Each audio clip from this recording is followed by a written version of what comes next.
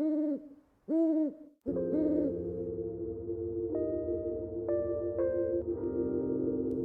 weird stuff.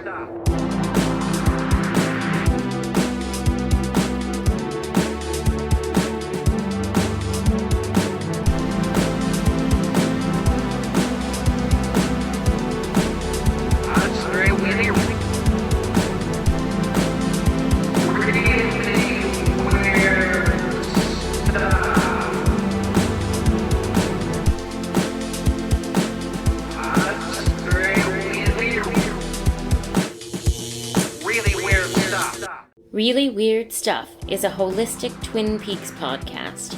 That means we discuss each episode within the context of the series as a whole. In other words, spoilers abound.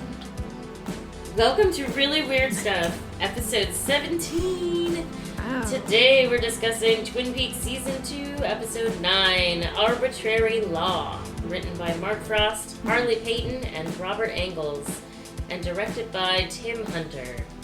And I am Jessica Baxter. I'm Annie Malone. And to help us work our way through this episode is one half of the wonderful X-Rated podcast, Ryan Whedon. I'm back, everybody! He's back! We did not scare him away. This episode originally aired on December 1st, 1990. Arbitrary Law is perhaps best known as the one that solves the Laura Palmer murder. Yeah. Also, we say goodbye to Ray Wise. Ugh, God. He goes out with a bang. Oh my gosh. Headbang. Wow. Oh my God, it's exciting. Like all his years of Juilliard are all on display in that in 100 this episode. years of Juilliard for Ray Wise. Right. I don't know if he went to Juilliard, but I would not be surprised. But all his training, everything he's ever done, I feel like. He's like every emotion you ever need to express, you know. Kind of, my God. Physical acting in there, you know, I mean, he's... Yeah. There's a lot. It's kind of an actor's dream. It's a Ray Wise showcase for reals. Yeah.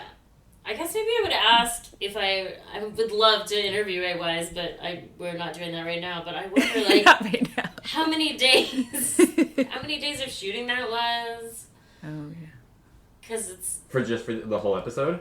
Well, for the two scenes in particular, with him, Donna, and at the police station. Yeah. Because those are all very intense, and he's really going balls to the wall on that. Mm-hmm. But we'll get to that. Right. We'll get there.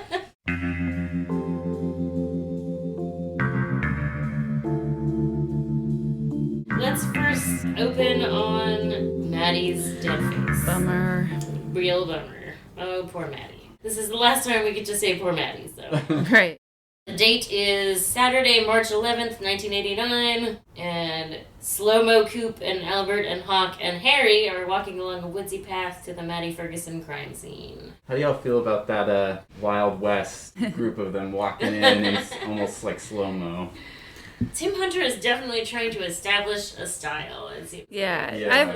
A lot of this I found the directing like distracting. I like to find like that shot. I mean, I was so stoked that Albert was there, you know. Yeah. It's maybe a little bit over-directed. Yeah. There's a few times where I feel like you just notice the directing, like the funny angles and the super close-up on Donna's mouth. Yeah. I think I'm going to agree with you. Yeah. And it's like he's kind of trying to be Lynchy, but I think we've talked before about how, like, you can't try to be Lynchy. Right, you cannot. You either are or you aren't, and it's one thing to, like, get the vibe right, and it's another thing to branch out on your own in the Lynchyverse, and I think that's kind of what was happening here. I do like this shot, like, in general in movies with, like, your four main characters. Like, The Craft, they're walking down the hallway that way. Yeah. I love that in general. And I guess I like it here, too. I was just curious what y'all thought. Who started that, do you know? Because like everyone says like the Reservoir Dogs, but obviously this. Yeah, I mean, Kraft is before Reservoir Dogs. Yeah. Right? No, it's not. No, it's not. Yeah, you're right. But there's just like lots of examples. Maybe they started it. The right? Young Guns, I think they do it in too, and like a lot of early '90s stuff. So I don't know. That'd be interesting to. We need to ask Quentin Tarantino where he stole it from. Yeah, right. It's probably from City on Fire. Right? I love this Albert. Go on whatever vision quest you require. Stand on the rim of the volcano. Stand alone and do your dance. Just find this beast before he takes another bite. He's Very serious. Even though I love funny Albert, this Albert is like, I don't want any more women dying. This is fucked up. Let's get this taken care of. He knows that Maddie was murdered by the same man who killed Laura because there's that typed letter in the usual place, deep under Maddie's ring fingernail. And this is where we realize what the fuck that whole fur thing was all about. There were strands of fur clutched in her right hand. What kind of fur? White fox. The strands were laced with formaldehyde, a dead animal stuffed. Which I feel dumb that I didn't remember. I don't know why. Like, I feel like I've watched this series before and then been like, why is Leland pulling on the fur? And right, yeah. And then this episode comes up and I'm like, oh yeah, he was playing the long game. And then I forgot again. There's just so many things that are easy to forget. Like, Bobby killed a guy. Bobby killed a guy. Leland stole the fur for a reason. Yeah. So that they cover, like, he actually steals the fur from the fox in Ben Horn's office? Yeah, you see him do it. He's, like, being weird. He comes in, he's basically telling Leland he's gonna do a bunch of illegal shit for him, and then while Ben's distracted, Leland looks at the fox. It's kind of a funny thing where he does, like, a double take of the fox behind him, and then he turns around and grabs the little thing of the fur. Okay. And you're like, Leland's being crazy and weird. Yeah. But he's actually being crazy like fox, like an Arctic fox. Whoa, what? Good one. That's where that comes from, I think. So yeah, real smart. Bob's a smarty pants. Yeah. Unfortunately, Cooper is slightly smarty pantsier. That's funny when, like, specifically the way Albert words it to Coop when he's like, you're the one who can solve this, but he says you have the coordinates. The only one of us with the coordinates for this destination in his hardware is you. Oh. Because doesn't that come up in the return? Yeah, Like, the coordinates. coordinates to... I mean, it's just like, is he planning that so far ahead? You know? Well, I mean, that's just an odd way to phrase something. That's why I feel like he's like a master retconner. Oh, He yeah. remembers what he's already written and Right. is like, I can bring that up again. I'll make some sense out of this. Yeah. Okay. But that's really cool, yeah. Good call, because there's another one later on, too. they must have returned to this episode for the return. Yeah. I feel like I saw a lot, so Nice. as it comes up, I'll As try it and comes remember. Yeah. That's a motif. Oh, right, yeah. Like an after-the-fact motif, I guess. Right. This is a good one to revisit. I mean, there's just so much, like, Black Lodge lore, like a shit ton of Bob backstory. And, Yeah. I can see why Get you some would Bob have to- exposition. Yeah, and like a major bit of retconning, which we'll talk about at the end. Cooper tells Truman not to tell anyone about the Maddie murder for 24 hours because he wants to finish the case, he says. And Harry looks confused as usual. And yeah, that's when Albert's like grabs him. I love that like, people are always forcefully grabbing Coop and telling him things. Like Right. he's just a guy you want to touch and grab. You're like, Right. for some reason I really want to grab this guy and look him right in the eyes. And he says, find this beast before he takes another bite. What is it that Hawk says? He says you need to. Am I jumping ahead there? No, nope, it's the very next thing. You're on the path. You don't need to know where it leads. Just follow. Yeah. Like Hawk is like sniffing out some of the stuff he knows about, basically. Yeah. He's like, this is sort of becoming my wheelhouse, too, so. I believe that you're ahead of me on it, so just Yeah. keep going, I guess. Yeah. Okay. He's getting some good sense that he's on the right path. Okay. I wonder if that's why there's so many paths. Ooh. He says you're on the path, and then there's like just lots of shots of him walking down paths. Yeah. Leading to a coordinates, maybe? Yeah. Yeah. And then we're at the double R, where Donna's tucked into a dark corner that I don't recall ever weird. seeing before. Yeah. Like, how did they make it so dark there all of a sudden? James joins her for a little lovebird sesh. Oh boy. I guess they fucked last night. Yeah. I thought you'd never get here. I went for a ride this morning. God, the engine sounded like 1,000 people singing. What were they singing about? What do you think? Last night? I could sing about last night. I mean, is he literally, like, trying to get engaged in this scene? Who knows? He's so Is he implying weird. that Donna has big hands when he's putting on the ring? Because he's like, the woman at the jewelry store had these huge hands. No, I think Yeah. he's trying to make Donna feel good about herself by nagging the woman at the store. Like, Oh, okay. And the girl at the jewelry store had these really big hands. But I'll bet.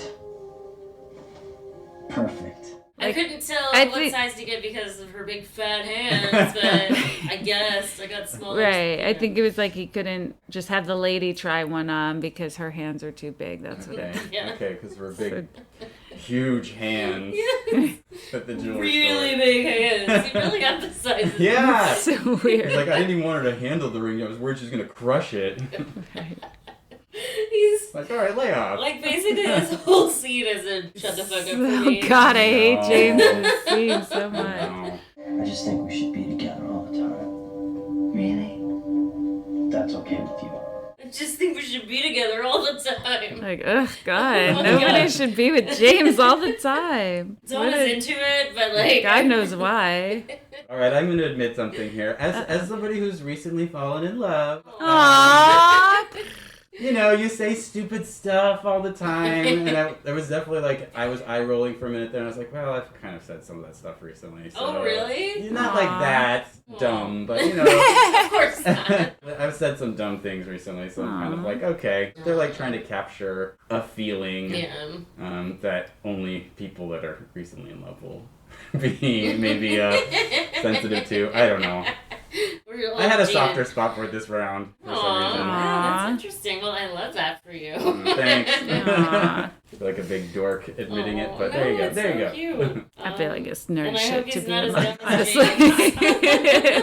It's just that James is such a big dum-dum. Oh, he sucks. Yeah, Someone totally. you're into says that to you, you're like, yay, and that's why Donna is like, yay. But Yeah, that's kind of where I'm coming from, yeah. she's into it. She's yeah. kind of saying dumb things, too, if I... Yeah. Do you want me to sing about it or whatever? I can Please. sing about it. Please, Donna, don't No. sing. They did some good boning, and everything's all hunky-dory with these two. I'm sure they're together forever.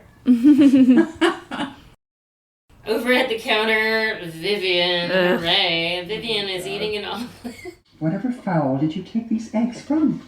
Are we saying we don't like it?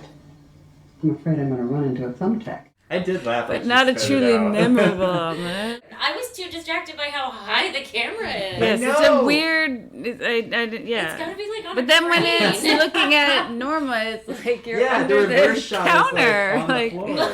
It's like what? Yeah. What is It's that? like, it's like dinosaur to toddler. Yeah. Shot, reverse shot. Very What is weird. going on here? Right. Yeah, very distracting directing in this episode. Yeah, yeah. But it's maybe they're just trying to liven up the scene between Vivian and Norma. Yeah. Vivian is so annoying. I Oh really God, feel Norma this here. Liz, man. Norma's gotta say something. Be like, Mom. She does. She's like, nothing I do is good enough for you. Yeah. Yeah. Can't you ever say anything nice? I've tried so hard. I tried so hard. And nothing is good enough for you. Let me correct myself. Nothing I do is ever good enough for you. Well, that's not true. The menus are very presentable. Oh, I'm joking. And Vivian does not hear it. She's Yeah. like, She says some real Yeah, sleazy thing about the menu. She's like, well, the menu's good. Just a and then joke. she Like, says, yeah, fucking just hilarious. Kidding. Yeah. Which is what's- like, what were you just kidding Yeah. about? Giving me a Yeah. compliment at all? Right. Like, that's also not good enough. Fuck you. Yeah, she's a I hate her. I don't say that about many women, but I mean, it's true, Vivian. Let me make a suggestion. If you want to serve a truly memorable omelet, try white veal sausage and morel mushrooms. Thanks. I'll go pick the mushrooms. Does she ever like have a redeeming arc either? I feel like she just comes in No. for a couple episodes, It's like sucks, and then she's leaves. like That's what happens. she's Yeah. the food critic or She's something. yeah, right? she's empty wentz. She's a sliz from start to finish. Ride or die Liz. Yeah. I think that's what Annie's. That she's Annie's mom. Oh, I'm like, what? Not you, Annie. Sorry, Annie Blackburn. Oh, right, yeah. Okay. So they kind of bond over how shitty their mom is. Okay. I guess that's a nice show. When I first watched this a long time ago, I found Annie very annoying. But then on subsequent watches, I kind of understood the bond there and how Annie grew up and like why she was tempted to go to the convent because her mom was such a cunt. And that all made sense to me Yeah, after. that's the scams. Anyway. Oh yeah, her comment, you Annie, Annie Malone, were like, what does she mean when she says she's afraid she'll run into a thumbtack? And I want to talk about what we think she meant by that, because that is a weird criticism. Yeah, It's vivid, but it doesn't make sense. right. Yeah, that's not really something you have in a kitchen very often. Yeah. So maybe there's thumbtacks somewhere in the double R that she spotted and was like, oh, that could fall on someone's food. Of course, we don't see it as Yeah. the audience. This is my headcanon. But just like as a hypercritical. Yeah. Right. I mean, I just person. like, the way she criticizes it, because she's like, oh, what animal did you get these eggs from? Like, I feel like what she's saying is the taste of this is very bad, you know? Like, Yeah. like these are bad eggs, right? They don't go together. It's not like, oh, this is so sloppy, or like this place is so dirty. You know, like I'm eating out of a garbage can. Like there's, you know. She says if you truly want to make a memorable omelet, so it's like that implies to me that it's fine. Right. I'll Yes. eat it. It just wasn't awesome. Right. So it's like, is that the criticism? Oh, Or... maybe. Right, because I feel like the Yeah. thumbtack thing doesn't really fit with anything else she said. Like, I feel like what she's saying, like, this is just, like, shitty food. Yeah. You know? It doesn't have white veal, sausage, and morel mushrooms. Is it even from a chicken? Or what? You know, it's just like, why would there be a thumbtack? Like, what does that even mean? Liz? Yeah. Maybe eggshell would work better or something like that. Or Yeah. Band-Aid or It's Or like a something chicken that. bone or Weird something. comment. Yeah, and then the spitting it out is so extra. I know, like, come on. It I do always like the makes sound me she laugh makes. It's on- funny. Oh, what sound does she make? She goes, yeah. Do you think they ate her? Maybe. I like to think she had to go in and do several takes of it. They Give called me her some in. gagging sounds. Give me some spitting out your own noises. The audio engineer's looking at the sheet and they block out an hour for Vivian spitting out omelet. David wants lots of takes. We gotta get this right. He can't describe to you what he wants, but he'll know it when he hears it. So just run the gamut. Nailed it. Elsewhere at the counter, Andy is sitting over some uneaten pie and repeating and butchering the French phrase. J'ai un ami solitaire. Yes, That I this will bothers also me a butcher. lot. Well, it's it terrible. does. What he's saying is j'ai un solitaire, and then he says that means I am a lonely soul, but j'ai means I have. Yeah. Je suis would be I am, so. Yeah. He left a suicide note. Shaun, you know, it means I am a lonely soul. I don't know why they do that. Either. With the wrong translation. Yeah. I mean, there's certain words in French that you say that, like, you don't say I am hungry, you say I have hunger. Right. But with that, it's I have a lonely soul. Yeah. Right. It's like you're possessing something. Mm-hmm. It's very odd. And he's like really butchering it. Like none of that sounds like French. So Right. And I don't understand why he's just like sitting there saying it over and over. Like, Andy is like such an annoying person to me sometimes. kind of a weird Andy episode, actually. Yeah, he's real spaced out. Yeah. It's probably from the concussion, the untreated concussion he had several days ago. Right. It's the only thing that makes sense, because I just don't understand how he lives alone, you know? Right. Doesn't live in a Yeah. group home. Oh, he needs Lucy. And then Donna's like so aggro with him. It's French. I know it is. Tell me.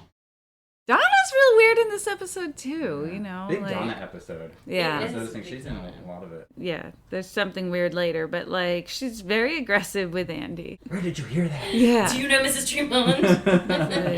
What? It is funny when she's like, what are you saying? She's like, nothing. J'ai un ami. What did you say? Nothing. He says that so strangely. Yeah. You're not saying nothing. Yeah, like you were obviously... Nothing. You can hear he spells nothing with a U, you know. He is acting really, so weird. really slow. I really do think it's a head drama. Because Yeah. he turns and looks at her really slowly and says, "Hi, Donna," and then he turns the other way really slowly. Yeah. "Hi, James." Yeah. Imagine like what that actor's like in real life if he's just like super normal, you know, like how jarring it would be to be around him. I wonder. As Andy. Yeah. He goes Like if to- he's just like real normal in real life. Yeah, he goes to like all the conventions and stuff. Oh yeah. Yeah, so Donna's like, "Where'd you hear that?" Well, first she's like, "Do you know Mrs. Tremont?" There's a little confused back and forth. Mrs. Who? He reveals that it was in Harold's suicide note, and she's like, "I gotta see Agent Cooper right away." And my theory about this episode and why Donna's in it so much is because Laura Flynn Boyle and Kyle MacLachlan were a couple at this point. Oh. Yeah. And I think like her role gets bumped up when that Yeah. happens. so Like, she I want might have been more. like, "I need a scene with Kyle MacLachlan." Otherwise, it really doesn't make any sense, that whole, like, letter. He Yeah. mailed a letter.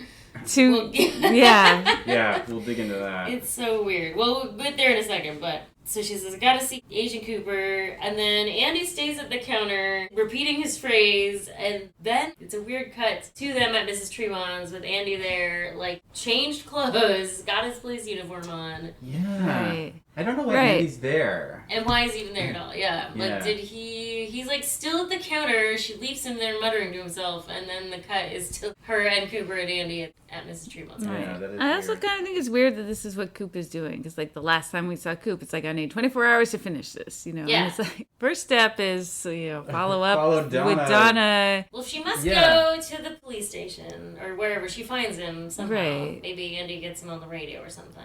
I guess the thing is, he says, I need 24 hours to finish this, and I hope that shit just starts coming my way because otherwise I don't really know where to start. Right. Maybe, that's it. She's like, hey, Coop, something weird happened. Yeah. And so he's like, this is the thing I'm going to follow, I guess. Yeah, So, he's definitely very open to following anything that seems like anything at this point. Right. Yeah. I mean, I guess it does pan out. It sure does. So- It does, yeah. All right. In a way that's a little on the nose, now looking back on it. Right. Like, Very here's the convenient. final clue. Yeah, it's all pretty convenient. I guess they had to wrap it up. I don't know. Yeah. Hey. Yeah. I laughed a lot when they got to the door, and Donna's like, it might take her a while to get to the door because she's really old.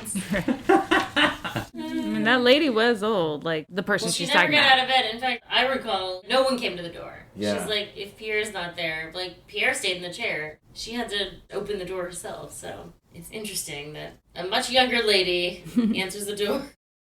Is Mrs. Tremont home? I'm Mrs. Tremont. Well, it must have been your mother I spoke to. My mother? She passed away 3 years ago. I live here alone, No, she was here. I spoke to her. And her grandson, he was here too. but I have no children. But he was here. They both were. I like her vibe. Yeah, she's vibing a lot. I like this lady. Yeah, she's Yeah. cool. She's And I want to hear her backstory. Like, she's like, oh, my mom died 2 years ago. I don't have kids. Like, what's Yeah. her story? I just You know, got back I from like Vegas. this. Right, Yeah. this child-free lady who's kind of got her look. I mean, she just seems She's like, I'm dying to talk about the shut-in next door who just killed himself. right. I was gonna turn it in, you know. Like, she acts like she's kind of busted for even having the letter Yeah. to Donna Hayward, which is like, I mean, she probably can't even fucking believe that this person's here. Yeah. Like, how weird would that be? Like, I found this letter in my mailbox for someone I've never heard of, and here she is at my door. Are you Donna? Donna, we better go. Donna? Are you Donna Hayward? Yeah. Just a moment. I thought that was weird too, where Yeah. she says her name's Donna. She's like, oh wait, are you this Donna? hey, Here you go. oh, Donna Like, why Hayward, would I you have make some that mail for you, connection? I right? know. You're right. On any other show, we'd be like, this is the hackiest fucking thing. But on Twin Peaks, we're like, it's gotta mean something. Right. It's just that magic, that Twin Peaks magic. Yeah. Wow, it really says a lot for the charisma of this cast. And we're just like, okay, makes sense. She found it in her mailbox the day after Harold died, which means that he had to leave his house to put it in her yeah. mailbox Hmm. before he died. Which is a little bit plot holy because before he couldn't even step out his own Right. front door, Yeah. he started like melting in the sun. I picture him like trying to just throw it out the window like in Baby Jane. He's like a paper. That's paper airplane, that's what I'm picturing. Yeah.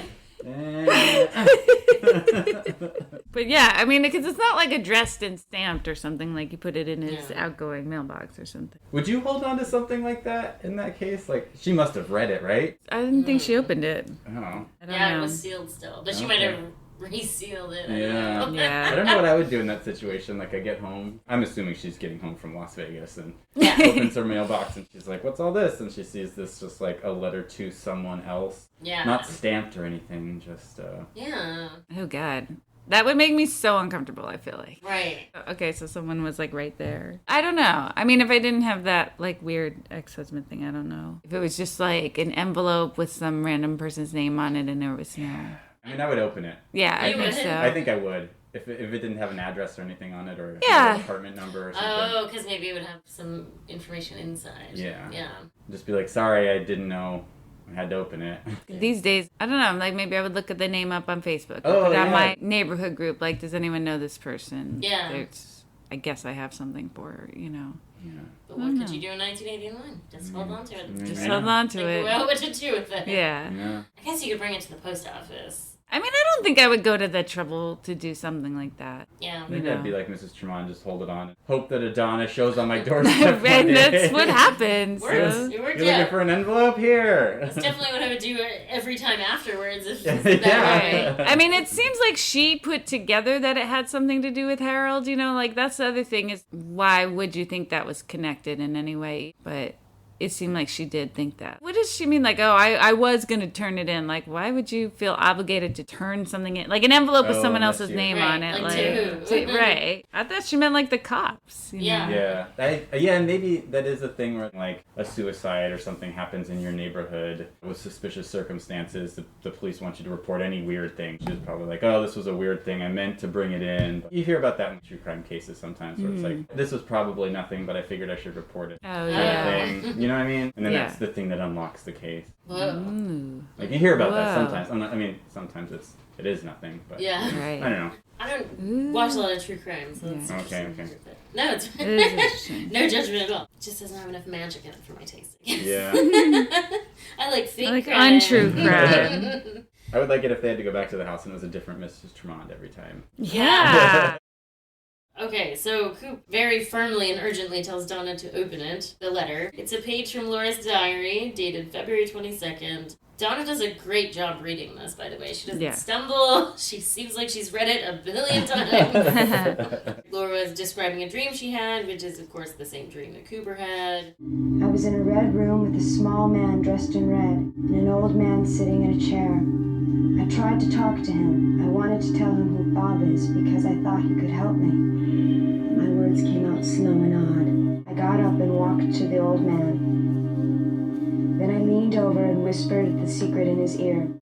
Then we get a slow zoom to Coop's face, superimposed with the red room. Finally stops on his eye. We get some key shots of Laura whispering. That's what he has to remember what she used. Whispering. And this scene is so weird because it really does feel like it was designed for these two to just have the scene together. Yeah. Yeah. Slow zooms on everybody. Slow zoom on Donna's face. Super close up on her mouth. It's like Wayne's World. ECU. It's almost like he's trying to distract us from the fact like this is a weird scene that was shoehorned in, so I'm going to distract you with all weird directing, maybe. I don't know. Yeah. So that you're not like thinking about why these two are even having this conversation outside of the house and why he didn't just confiscate the pages immediately as evidence. I don't know. I'm just thinking that because, Annie, you mentioned that the directing was distracting. And it's like, oh, I think maybe like on purpose a little bit. I don't know. Yeah.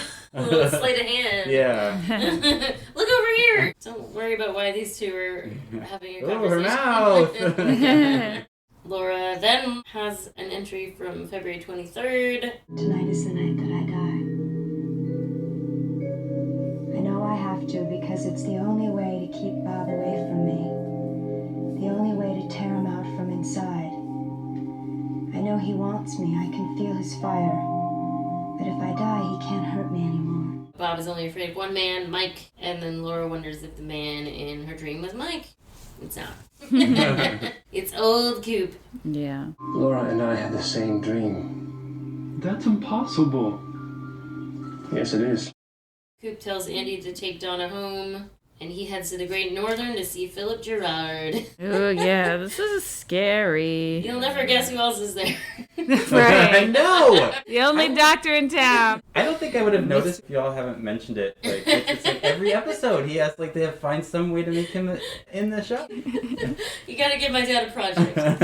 It's It's definitely driving me like crazy. a drinking game for the show. It's like, finish your drink. Anytime Doc Hayward's there. Drink with, yeah. He's there to tell Coop that Philip Gerard is dehydrated. If he doesn't get his medicine soon, I don't know. But of course he can't have his medicine because then he won't be able to talk to Coop and we won't be able to have this amazing scene. This is also... This is a really... Pretty good. Yeah. This is the last time we see Al Strobel until the return, so... Wow. No way. Yeah. Oh, wow. He's really good. Yeah, he's really scary in this. He's so good. Maybe he knew. It's like, this is my last chance. Yeah, I feel Yeah. like both he and Ray Wise were like, we are going for it. I love when he's just sort of reminiscing about his time with Bob. When we were killing together, there was this perfect relationship. Appetite, circle. I'm good now, but I fucking had a blast. Yeah. Yeah. I gotta admit, I really enjoyed eating all those souls. It was great. I like Coop gets like really validated a lot in this episode, you know, and when he says about the giant, and Mike's like, yeah, he's known to us here. I gave my ring to the giant. He is known to us here. Then he's real. As real as I. I like that a lot. I mean, I thought it was really scary when he said that, the way he said it. Yeah. But also, you know, it's not like Coop is just making up crazy shit, you know? Yeah. It is really scary every time he says something like that because he reminds you that he's not just that guy. Mm-hmm. Us here, like I'm actually communicating to you from a place somewhere else. I'm Yeah. not just this guy in the bed. That is really scary. And I feel like Coop never reacts to that stuff though, and then that makes it even spookier. He's just sort of like, yeah. Yeah, he's like, I knew that. Yeah. Yeah. Right. And you feel like he'd be like, see? Yeah. Right. I mean, I would anyway. Well, then you just get people like Dumb Harry being like, he's just crazy. Right? Oh, believe it. Yeah. I don't know if I believe it. Like, who cares what you believe, Harry? God. Do your job. It's like you Harry. believe that Josie has an assistant that you never heard of until this moment, but It pretty much doesn't no matter. one cares Never what came you up. believe, right? Yeah, he's an idiot. So basically, Mike says, you have all the pieces you need. The answer is not here, my friend. The answer is here. I don't understand. You've had the power all along. Right. The power's It's a inside little you. corny, but like that's like another testament to how amazing Al Strobel Yeah, is. He's basically he sells it. able It's- to do the "it's not in your head, it's in your heart" kind of bullshit line. Yeah. But it's like a new twist on that somehow. Right. You're like, yeah. I buy the scene. I think Yeah. his Yeah. acting really sells it. So It's so good. I don't know if they spritzed him down or if he's actually just acting so hard that he's sweating, but he looks like grimy. Yeah. and, Yeah. like he's going through something. Yeah, He looks. like he's been like laying in bed sweating for days. Yeah, it looks good, and I really like the scene. That was a really good scene. That one does not have a lot of canted angles or low Yeah. shots. That one's Right. kind of shot more normally, so Yeah. I appreciate that. I wonder if there is a lot to like, the scene is nothing, so I'm gonna be crazy with it. Right. Yeah, Yeah. there's not much Gotta going jazz on. it I up. just want to move. Yeah. Yeah. Like early on when it's the men at the crime scene and it's all those low canted angles, like, why are we doing this? Is it just because they're delivering information and exposition and so he's like, I don't like exposition bored. scenes. Right. Yeah. But it's really important and Yeah. just trust your actors to make the scene riveting. I But know. The diner scene's another example too. yeah. It's like, I guess he was bored. Yeah. I don't know. Chill out, Tim Hunter. Oh, and then I just love this line that Mike just kind of whispers almost. So much responsibility, he says. Yeah. Oh yeah. Wow, that's on Coop's business card, basically. Dale Bartholomew Cooper. Yeah. So much responsibility. I'm sure you're talking about the like white knight syndrome, and we can Yeah. put a pin in it because at the very end of the episode that all comes back. But Oh like, my god. yeah, put it on his business card. So much responsibility. Yeah. Mike says, the giant can help you, and Coop's like, well, how am I going to find the giant? But don't worry, because as soon as you get into the hallway, you run straight into Senor Jewel Cup, who reminds him, That milk will cool down on you, but it's getting warmer now. Yep. All and I right. feel like for the audience, Coop says, Getting warmer now. like, yeah, that's what he just said. Right.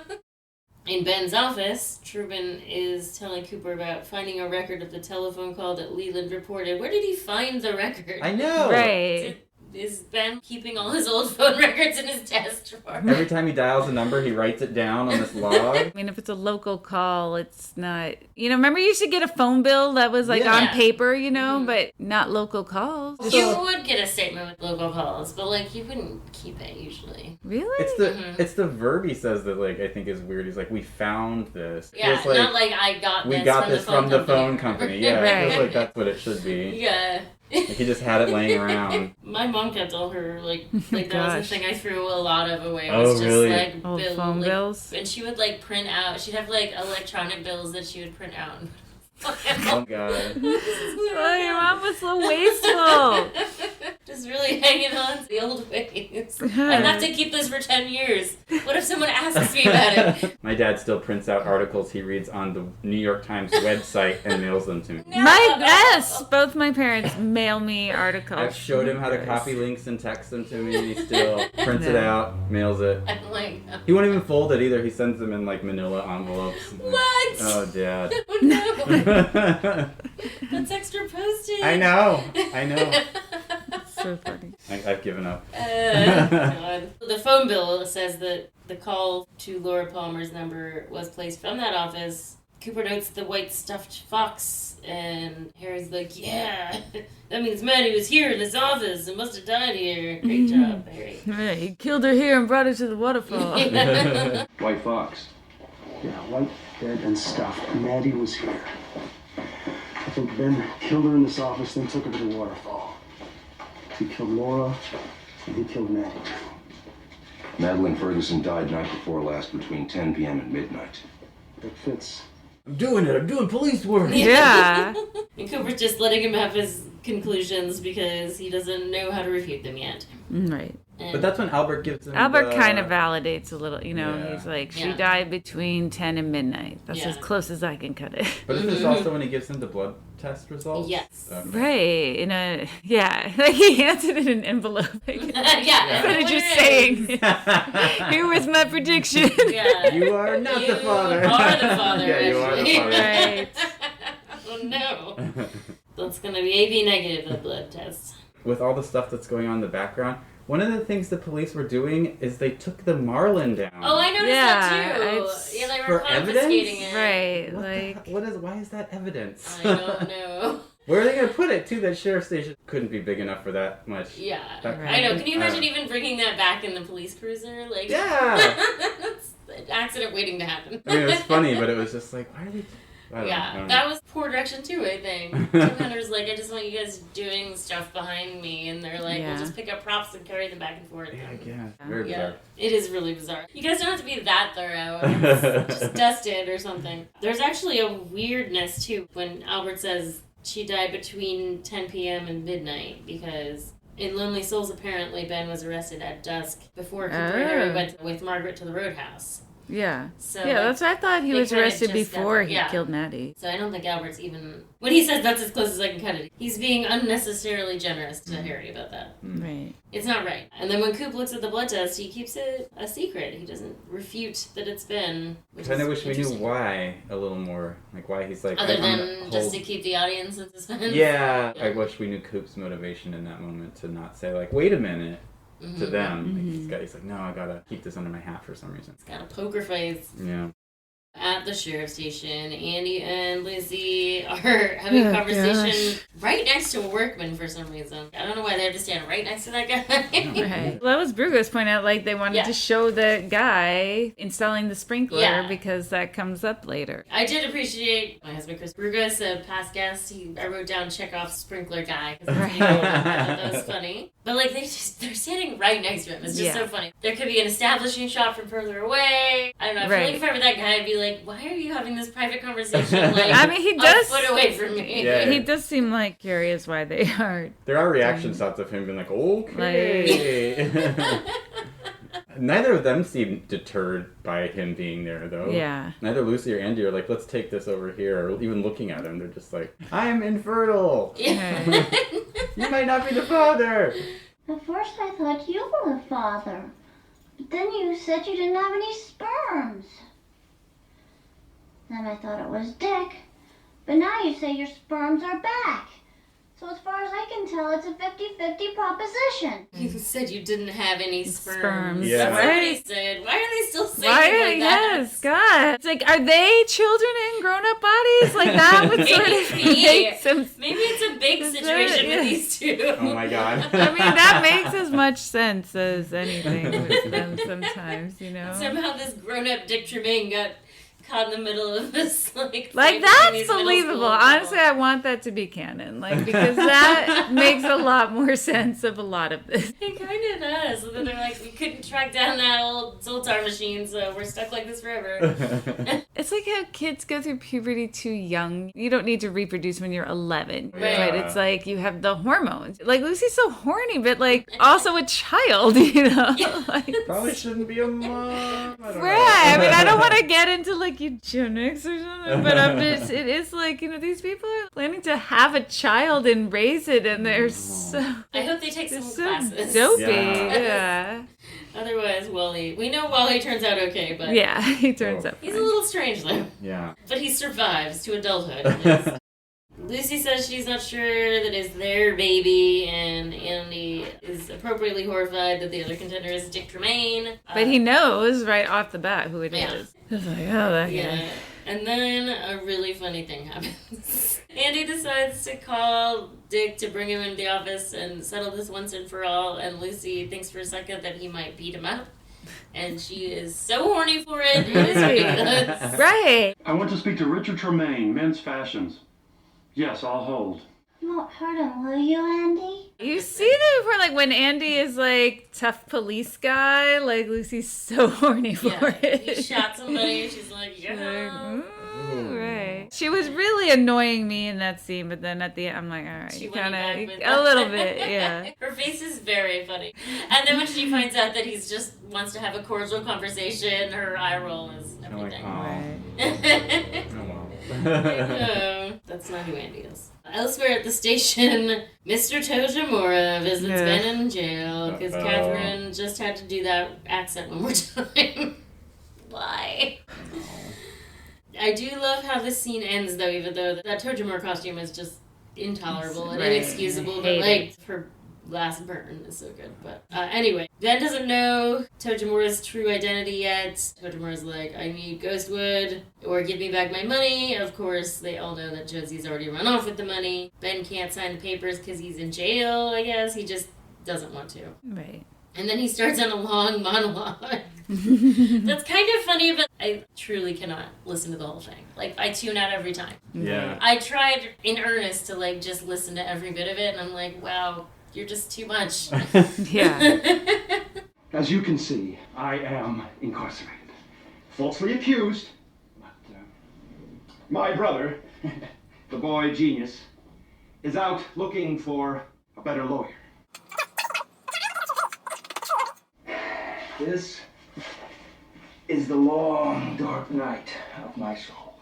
I took a moment during this watch through to look up if Piper Laurie was on WikiFeet.com. Because he's foot. Yeah, and she has a 4-star rating, which means nice feet. Wow. So, yeah. Out of 5? Out of 5.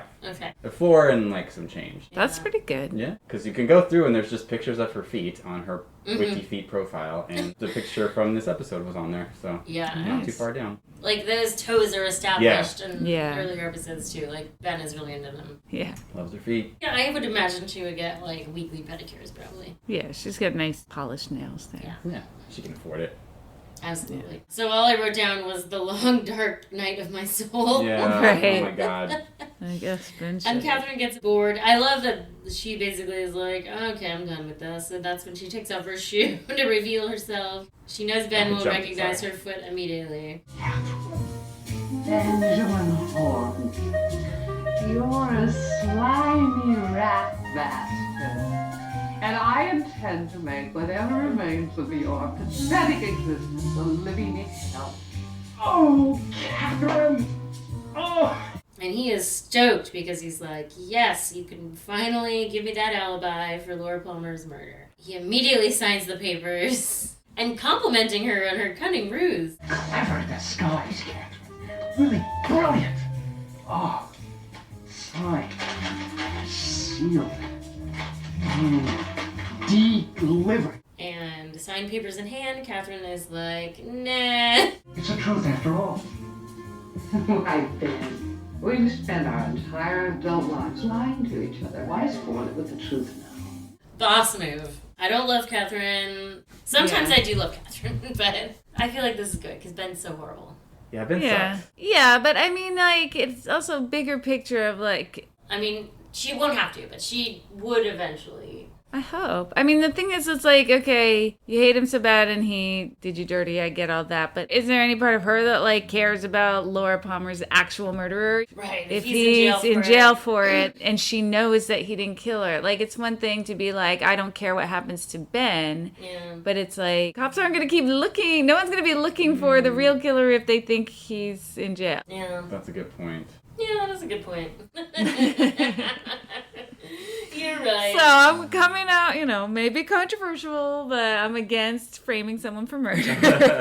I mean, I'd be against her never coming forward, but I do like that at that moment, like, he thinks that he's finally. I mean, I like her fucking with him big time. Yeah. Maybe there's like a way she can anonymously drop a tip after he's been convicted, if she wanted to be like, you found the wrong person, and then like, I don't know, somehow drop a clue. She's just not ready to tell everyone she's alive yet, either. Yeah. Right. The only people that know yet are Pete and now Ben, so. And no one's gonna believe that flawless disguise. Right. Oh my god, the makeup's better this episode than it was 2 episodes ago, I will say, but like, still not great. Right. Still not great. I hope, is this the last we see of Mr. Tojimura, I hope? I think so. I think so, that's good. I fucking hope so. I hope, yeah. She's billed as Tojimura and Catherine in the credits. So hopefully that's a swan song for Mr. Tojimura too. I think it is. Yeah. At the Palmer house. Oh my god. Donna's come to bring Leland a tape of just you and I to Maddie. That's very sweet of you. She told me all about this. She said it was a very enjoyable experience. Donna, for some reason, wearing sunglasses inside. Well, she saw Mrs. What's her name earlier wearing sunglasses inside. Oh yeah. She's like, I like that style. Yes, that. I mean, she does have an often her vibe. Yeah, and also it's so that Leland, who's very neat. Very neat. So and straightens super his neat. tie in the mirror. Yeah, notices those glasses and starts going nutty. Bobbing out. Those glasses. They were Laura's. Maddie gave them to me. I thought they looked familiar. Yeah. He just absolutely kills. Oh my gosh, he's so scary and compelling in this. He's so good. I'm such a Ray Wise super fan. Yeah, well, he's so fucking good.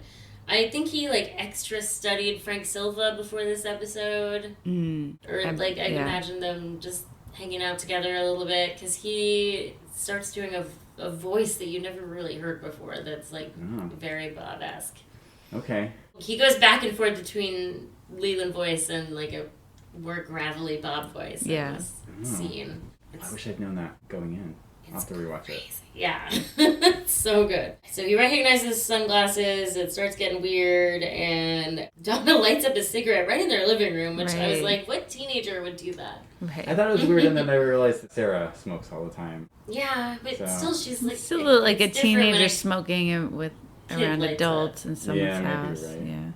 I just feel like she's probably like, this is a smoking home. It was a different time. Yeah, I mean, it's still jarring, like, how much people used to smoke just everywhere, Yeah. But they did still have the double standard. Kids aren't allowed to smoke. In my high school, we had a smoking section. And when I had, like, Saturday detention, they gave us smoke breaks. Like, it was What? like, Oh my god. Yeah. It was a different time. Yeah, I guess so.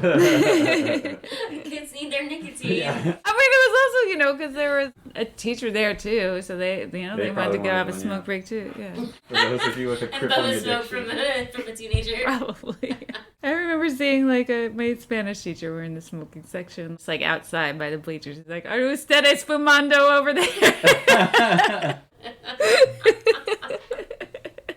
I definitely smoked with college professors, but I think high school would be odd. Just have a cigarette together? I don't know.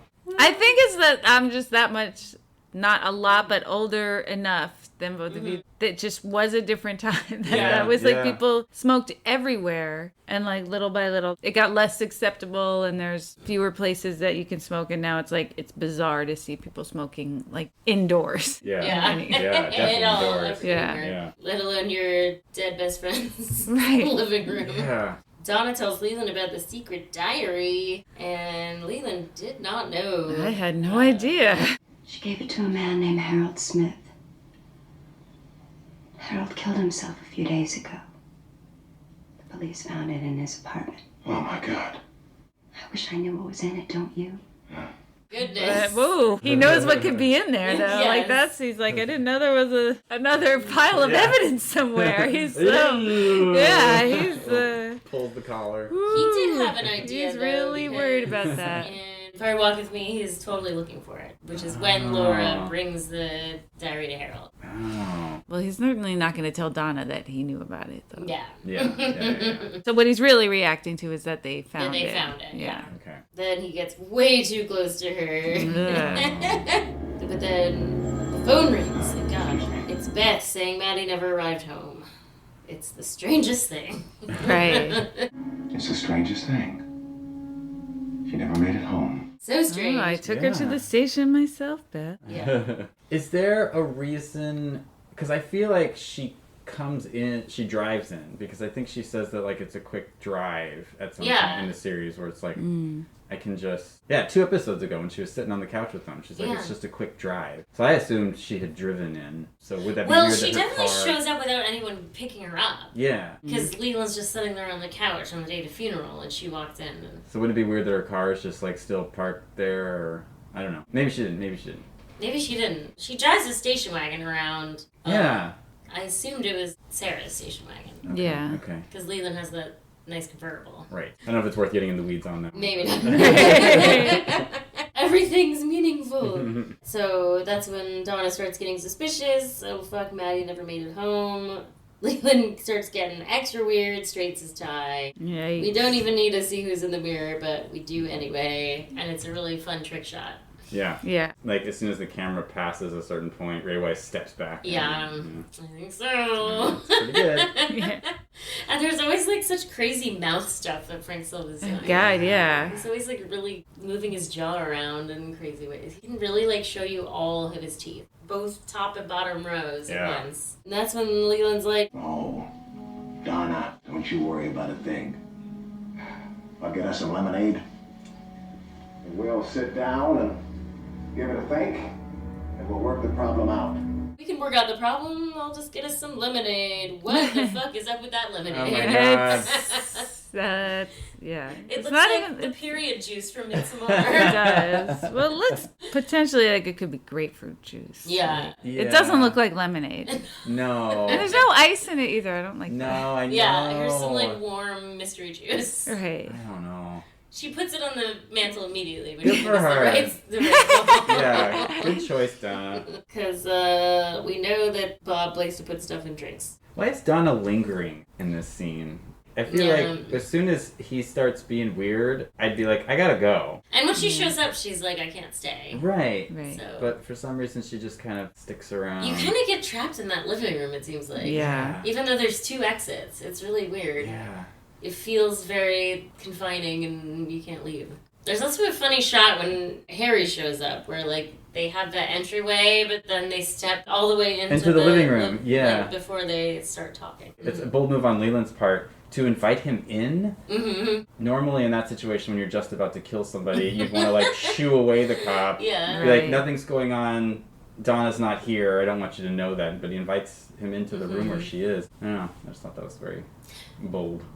Bob is bold. Yeah. Like that whole thing in Drive with the Dead Girl. He's like, Cooper, do you want to see my new clubs? And he's like, let's see. He's going to hit Cooper right in front of Harry. Yeah. I think he's like getting reckless with Leland because he's going to leave him soon. Oh. That's true. He like doesn't. I like that, yeah. I think you're right. He knows that he can get away anytime, basically. Yeah. Yeah. It doesn't matter.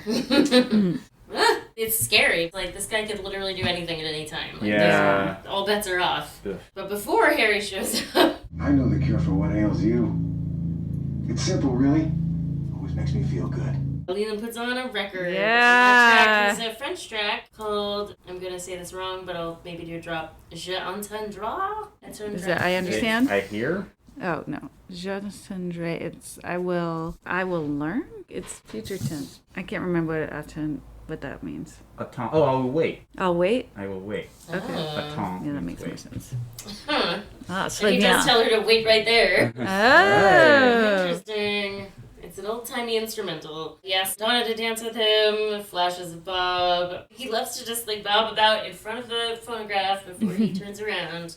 Dancing, pulling her close. Touching Donna my came hair. really close to, Buying the farm. yeah. Yeah.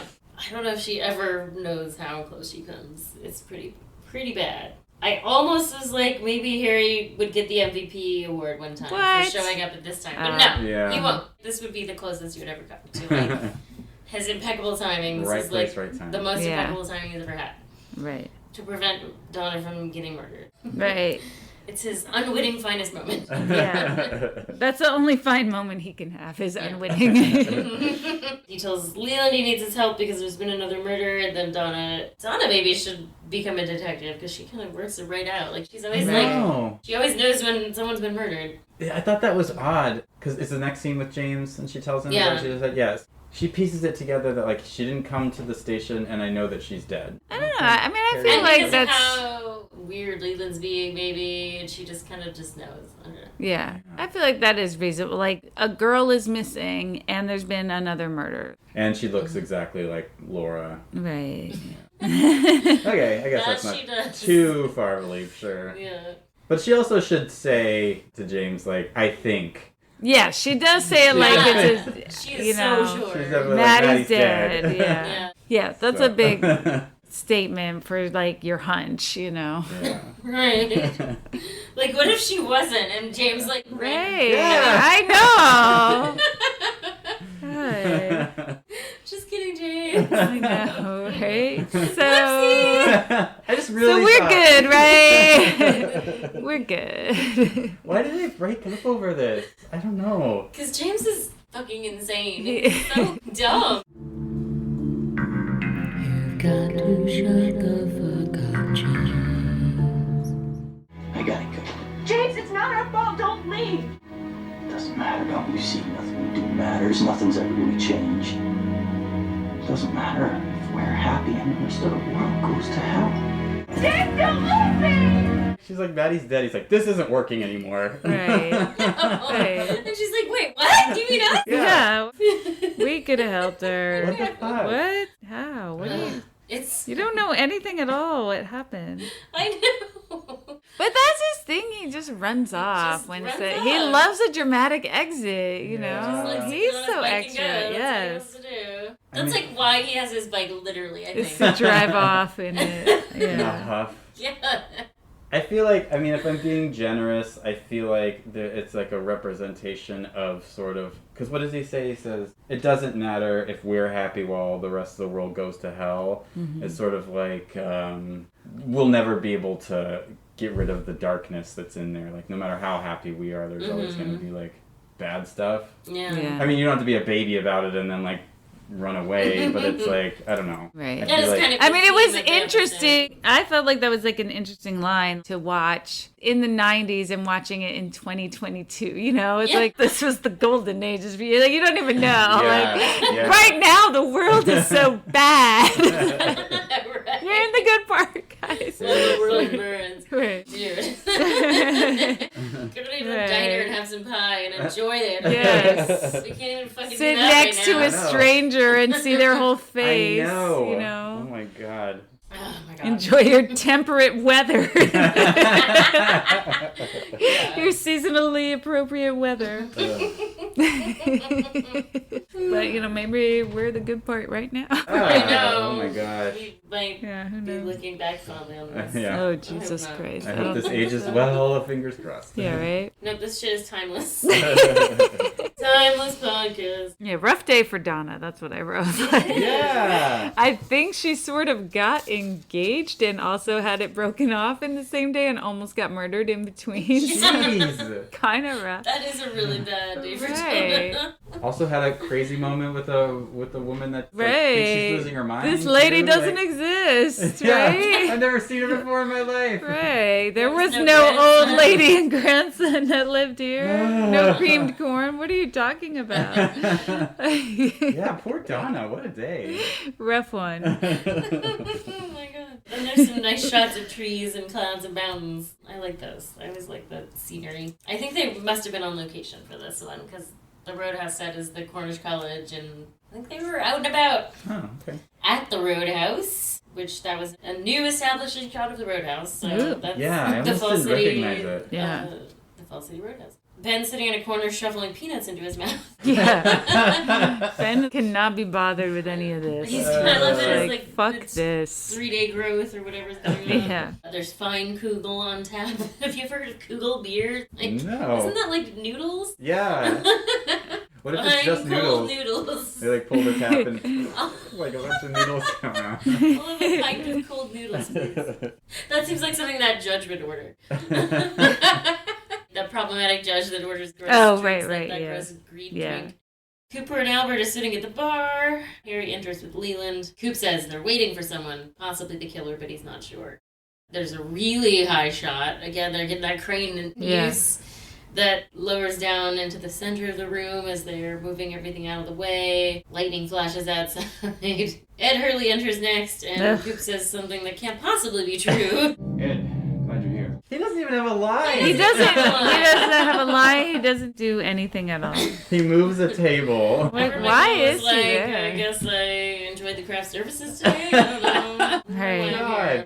He's not even a suspect. It's like, That's the thing. It's not like he's one of the J names or anything. He's not ever been thought to have anything to do with any of this. Like, why is he there but James isn't there? Like, it's weird the people who are there intentionally, like Briggs. Although, I mean, I feel like he matters eventually, but like... I mean, Briggs magic's his way there. Briggs is the magic, but it's hard to get Leo places. Like, but it makes I feel like it makes sense that Leo is there. What? For the ruse? Yeah, I guess so. I mean, that Coop is like, let's gather the suspects, kind of, you know. But we know that none of them are the ones. Right, but Coop doesn't really know that, you know? Like, Coop kind of knows it's not Ben. Does Coop really know it's not Leo? I don't know. It seems like Coop knows that somebody is going to point him in the right direction or something. These are people we suspected at some point are involved with the story. And almost all those people, like, know something that's secret. You know what I mean? Leo didn't kill Laura, but he did a lot of shit to her, you know? Bobby just killed a guy. Everybody has some shadowy relations to crime, but what does Ed have to do with anything? You know? I mean, he went with them to One-Eyed Jack, so that's like the only thing He's one of the Bookhouse boys or something. Yeah, I don't know. I hate that. I really think he just didn't have anything else to do. I'm trying to avoid Anita home. Yeah, she's all weird. She strong. Just wants to fuck all night. Super strong teenager. I don't know how to feel about it. So Coop says, I don't know what else to do, so all that's left to rely on is magic, and that's when thunder and lightning strikes. Hey, it has been so sunny all day. Yeah. Yeah, it's a really 3 on the day. dot. Yeah. At 3 p.m. Yeah, it gets crazy dark, and Briggs walks in, being magic as fuck. Major Briggs, right on time. I was on my way home. This kind gentleman flagged me down. Asked if I could drive him here. Flag me down. Flag me down. The waiter gives Coop a stick of gum. Leland recognizes the gum from his childhood. I know that gum. I used to chew it when I was a kid. That's my most favorite gum in the world. That gum you like is going to come back in style. I really love the way Leland says it. He's like, that's my most favorite gum in the world. Yeah, he seems really innocent in that moment. Does. Yeah, it's like the little boy coming out. If he really doesn't remember anything of the bad stuff. I mean, like, I work with preschoolers, and it reminded me of, like, when Felix, if we have Ritz crackers, said, this is the favorite cracker in the whole world. You know? I like that, because then there's still like a piece of him attached to that pure yeah, like I feel like that's Leland talking, you know, not you know. Oh, that's nice. Yeah. That line of the gum causes Cooper to remember that very important part of his dream, where Laura whispers, My father killed me. And that's when the giant appears and drops Cooper's ring to the floor. Cooper puts a stick of gum in his mouth. Right. Just to get another shot of his mouth, I guess. And then a very low shot as Cooper picks up the ring. Although you can see an X on the floor when the ring drops. Oh, really? Oh, man. It's blurry, like it's a focus on the ring, but you can, right as the ring hits, you're like, ah, there's an X. Oh. Well, the ring hit its mark. That's good. It did. It's nice seeing the giant be helpful I know. 2 episodes ago, he was not. He was like, I'm gonna fuck with you a bunch. It's like, it's And happening then, again. It is nice that he's basically like, all right, I've given you enough time for all this to unfold. Although I just don't know why he had to wait until after Maddie I died. know. Right. Not a very helpful entity. I know. I was wondering a little bit when Gerard was talking about, well, I guess when Mike was talking about his times with Bob and how much he liked it, I was like, is he really trying to help Coop? Or is he just like playing both sides and this is like fun for him? I mean, he just likes to shoot the shit about like maybe put a pin in it till the end, because I think there's some stuff that Leland talks about when he's dying that well, I'll get to it later. We'll do it later. Then Coop says to bring Ben Horn to the sheriff's office and kind of does a little fun, Leland, we need you to be there as his lawyer. Right. As they leave, Cooper flashes a thumbs up sign to the waiter that is like the most memed, one of the most memed things of all time. It's pretty cute. That Cooper thumbs up is very cute. And then, and all those weird blown out freeze frames. Yeah. Not to mention. That's Tim Hunter doing a thing. Yeah. Weird choice. I don't know. It feels like the DVD was skipping for a second. Yeah. Yeah, it does kind of feel like it's just like weird still shots more. It's weird. Yeah. At the sheriff's station, Cooper tells them to put Ben in an interrogation room, and then he whispers something to Harry, and I just wish I knew what he whispered, because it's like such a short whisper. I know, for like what? Sort of so here's what's gonna happen. Yeah. Like, Harry didn't have any follow-up questions? No, Harry like barely reacts too. He's just like, okay, we're gonna shove Leland in there. Yeah. Like, maybe he's just like, that's what we're doing, and then Harry's like, Leland's the killer. We'll see how this... Or something like that. I don't know. Yeah, it's so fast. Yeah. It seems like Harry needs things explained to him a lot, so it's just... Right, Harry like, how just did totally he goes expect with to be it. able to say that and have Harry be like, I'm on the same page, let's do this. Yeah. But they somehow are. And that's when Ray Wise gets to turn it up to 11. oh man, Ray Wise showcase here.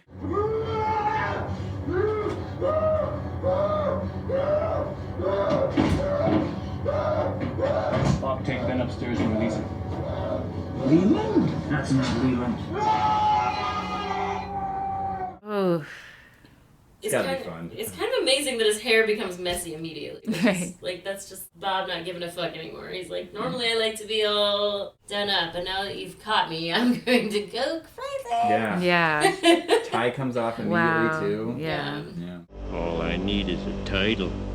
I was thinking along the lines of no TV and no beer make Homer something something. Go crazy? Don't mind if I do!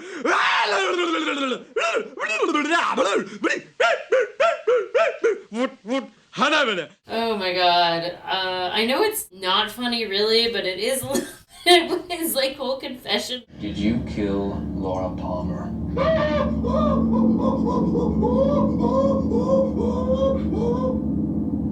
a yes. How about Madeline Ferguson? What do you think? I'm asking you. Well, what do you think? That's the question. Oh, gosh, gee, whiz. I guess I kinda sorta did. I have this thing for knives. It's like what happened to you in Pittsburgh that time. It's kind of horrifying and hilarious at the same time. All of his line readings. Right. Yeah. Well, and it's totally, like, because how Bob is so evil, but, like, he has this weird, like, almost folksy personality, you know? Like, what do you think? It's almost nearly time to shuffle off the buffalo.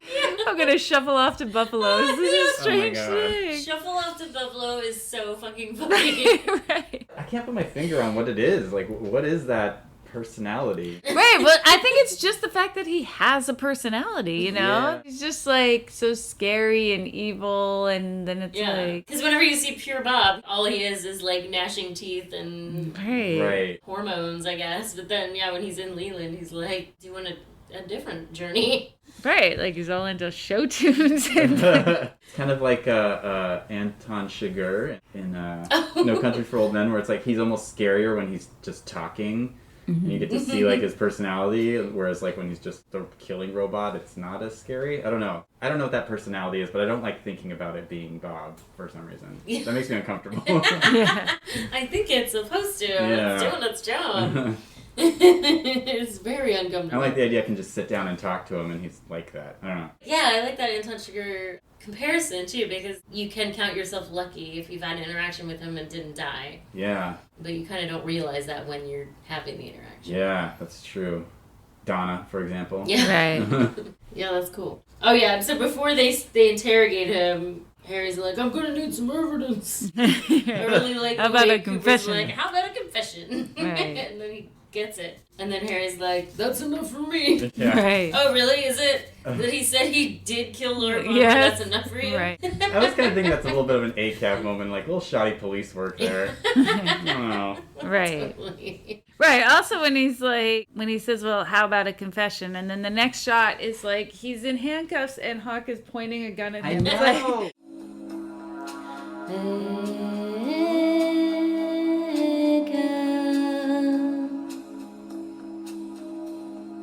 airtight confession here. In a room that they forced him into. Right. It's Like, no problem, guys. Let me get you that confession. Yeah. I know, imagine if you were innocent. There's no good cop being like, can I get you a donut or anything like that here? We're 3 bad cops and Right. we get you. Oh my god. That's a really good point. I mean, there are convictions based on confessions that are like that, Yeah. you know? Yeah, It's like, yeah. okay, we interrogated him for 12 hours, no Yeah. food, water, phone calls, anything, Yeah. and he confessed to the whole thing. Boom, boom. Closed case. Open and shut. We love to see those convictions on our record. Yeah. You know? Yeah. Meanwhile, in the conference room, Lucy is Gosh. sitting across from Andy and Dick, telling them that she's gonna keep her baby. And she's gonna take, she says she means a postnatal paternity test, I think, but she says a blood test. I mean, I think back then that's all they had was like blood tests. Like the blood type? I don't think they had like DNA Yeah, testing yeah, back DNA then. testing, yeah. Is that enough then to really go on?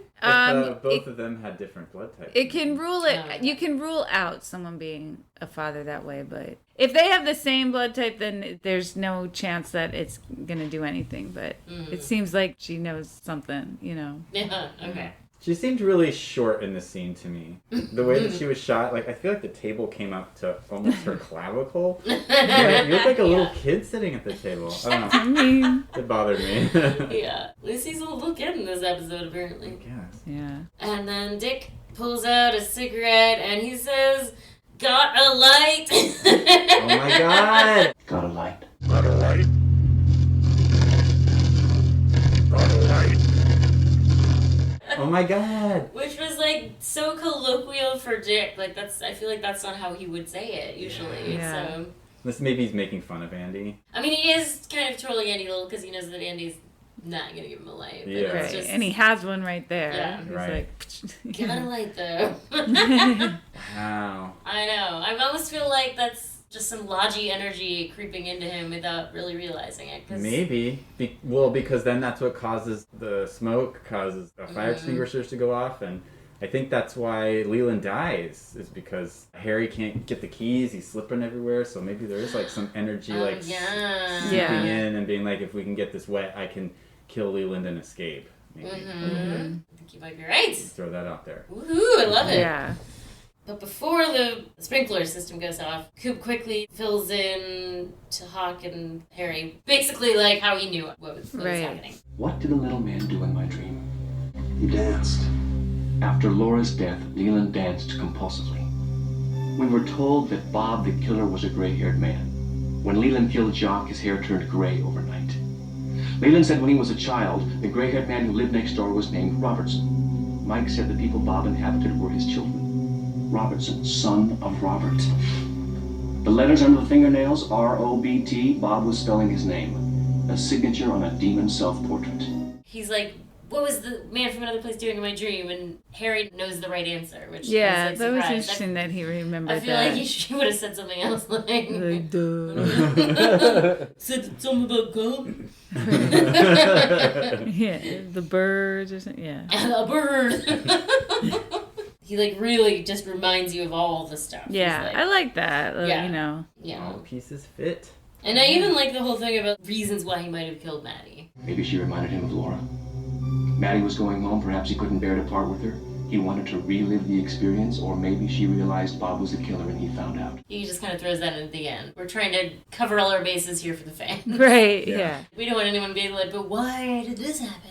Right. Right, yeah. It's like, I know this is way before Lost or something, but like, you know how Lost fans, it's like, it's clear the writers don't know where they're going with this. They're like, see, we were setting all this up, you know, the hair, the dancing, totally. all of this was for a reason. We didn't just decide, okay, now it's Leland, you know. Yeah. And that is what David Lynch said to Ray Wise when he told him. That it was always him. You. Weren't you saying that they had to film the pilot as a finished movie with that ending? Well, they had to film it with an ending, but the movie did not have that it was Leland. It had that it was some guy named Bob. Oh, okay.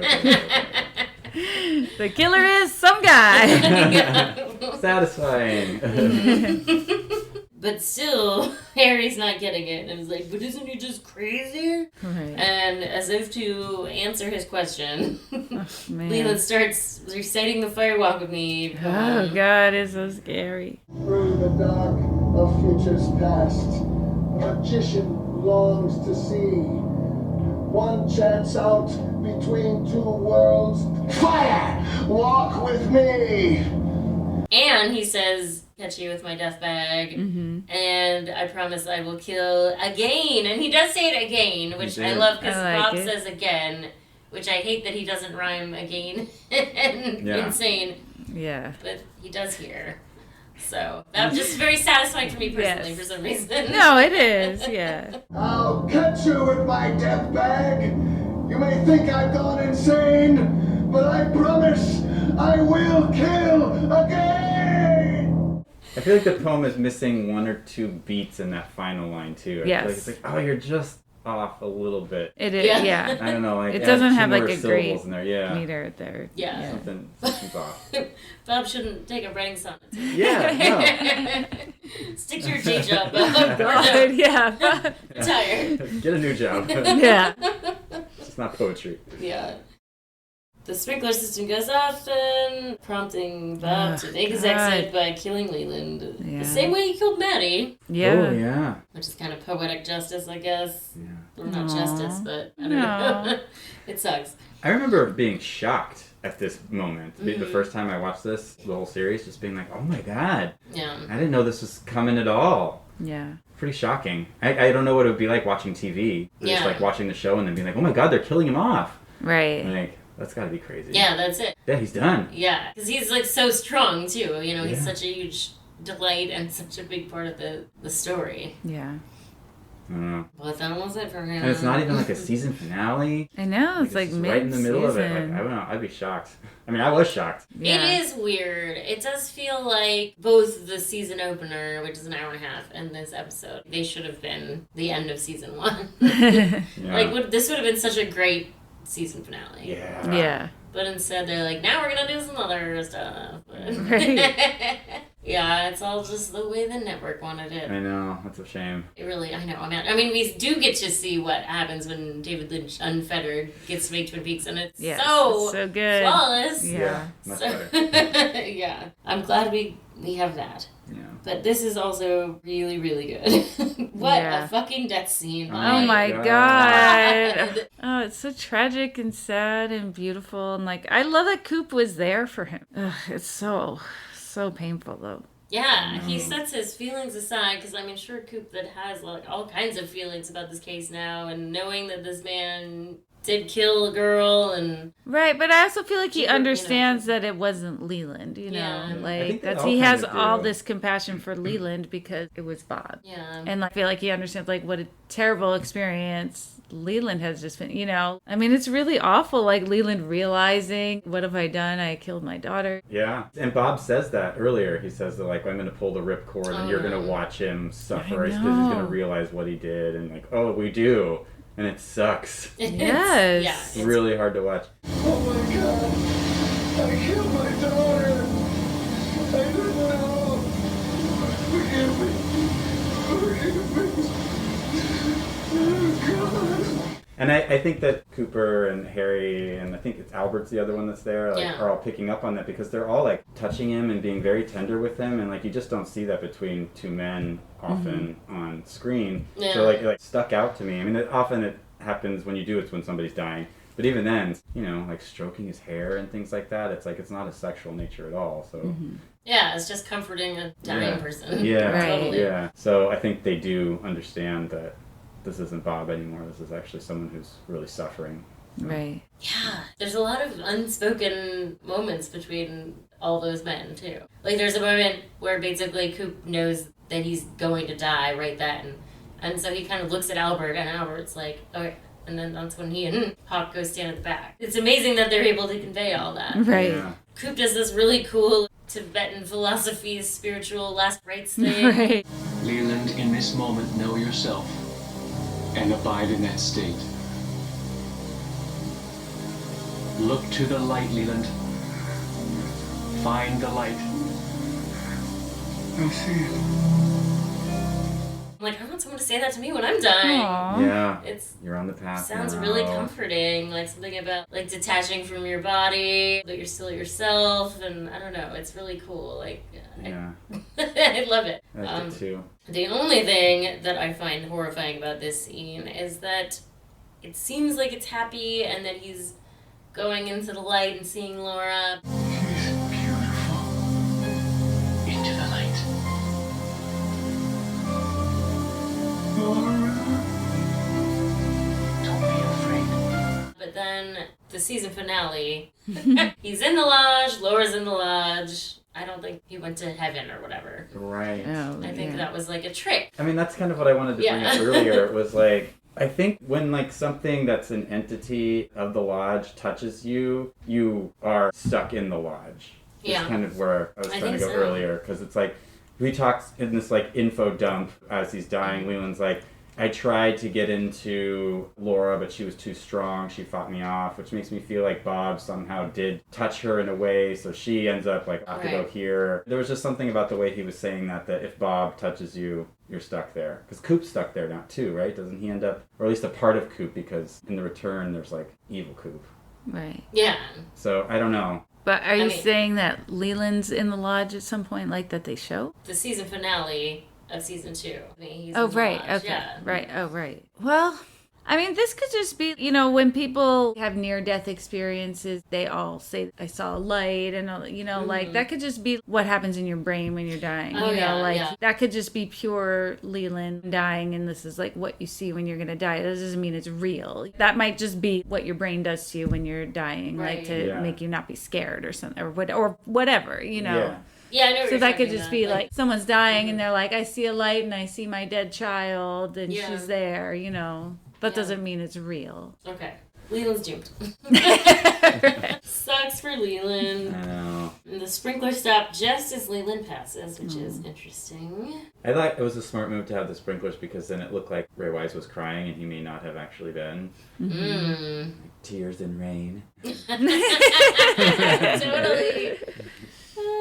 That's a good point. Like, he's able to just contort his face, and it's still so emotional. Yeah. Rain is just so cinnamon. It looks great, Water is yeah. so cinnamon. Right. It's cool. Kyla McLaughlin has said that that scene is his favorite thing in all Twin Peaks. Aw. Okay. It looks the best. Yeah, It's up there. it's great. Yeah. Really Yeah.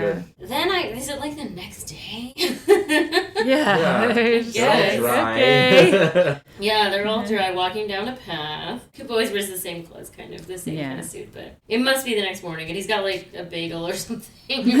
He's got a pastry and a coffee. Truman is still sticking to the insanity defense. They're all just kind of debriefing out by the river. And Briggs shows up. Truman's like, he must have been insane. And Albert's like, well, but other people actually saw him, which I appreciate. That's Yeah. a good point, Albert. Including Coop. Right. And Briggs interjects with Shakespeare. Gentlemen, there's more in heaven and earth than is dreamt of in our philosophy. Amen. That's weird, yeah. Oh, that was Shakespeare? Yeah. I think that's from Hamlet. Yeah. Okay. It's about the ghost, right? Must I think, be. Yeah. I don't remember. And then Cooper makes a cool point, which is to Harry's counterpoint. Right. Harry, is it easier to believe a man would rape and murder his own daughter? Any more comforting? He's like, it is not. Right. Yeah. Fair point. I feel like this is when Albert like hits the nail on the head for the show. Yeah. Right. Yeah. Maybe that's all Bob is. The evil that men do. He almost Everybody, winks here's into what the Bob camera. is. Yeah. That's what the show is about. Yeah. I wonder if they like tried different people delivering that line. Maybe, yeah. Like Hawk doing it, or they were just like, okay, who can make this work? Right. It feels like it's a little, the network is like, you need to spell it out for people. Pretend that the audience is all Harry's. Yeah, yeah. Well, I've lived in these old woods most of my life. I've seen some strange things, but this is way off the map. I'm having a hard time believing. I'm having a hard time believing it. Fair. He's totally like the Joe Schmo proxy, isn't he, in this moment? I've lived in these woods and I've never seen anything like this before. Also, he doesn't live in the woods. I know. Why does he keep saying that? Oh, God, Harry, like, He's living in a talking house. about. Oh my God. But Harry does ask a good question after that, though, which is... Yes. But if he was real, if he was here, and we had him trapped, and he got away, where's Bob now? We had him and we let him go. Or he got away. They didn't Get let him away. go. He got away. Yeah. He definitely didn't try to let him go. Right. But he can just get away whenever he wants. Right. For the most part. When he says, so where's Bob now? They cut right to Coop. You Yeah. know? He's not in them, but like, No. you know, it is kind of a neat That is little thing that it's like, where's Bob now? Do you know anything about this? Right. Keep your eye on that one. Yeah. Right now he's Yeah. on this owl, but you know, we're going to circle back. Yeah. Oh, so what are other return stuff? Well, Brian? I was going to say, this part at the end when he's like, I don't know, but it's our job to stop it. An evil that great in this beautiful world. Does it matter what the cost? Yes. Because it's our job to stop it. It's a shot of Cooper, and it's like the hero shot. It's like from Mhm. underneath, and he's like, it's our job to stop it. It's like he may as well have his hands on his hips. I feel like that's a lot of what The Return is about, is him trying to retroactively stop Laura's murder. Yeah. Mm-hmm. And Yeah. like you can't. Like she died. She's dead. Mhm. And so for me, that's what the ending of The Return finally says. Is like I think maybe Coop's kind of like coming to terms with that.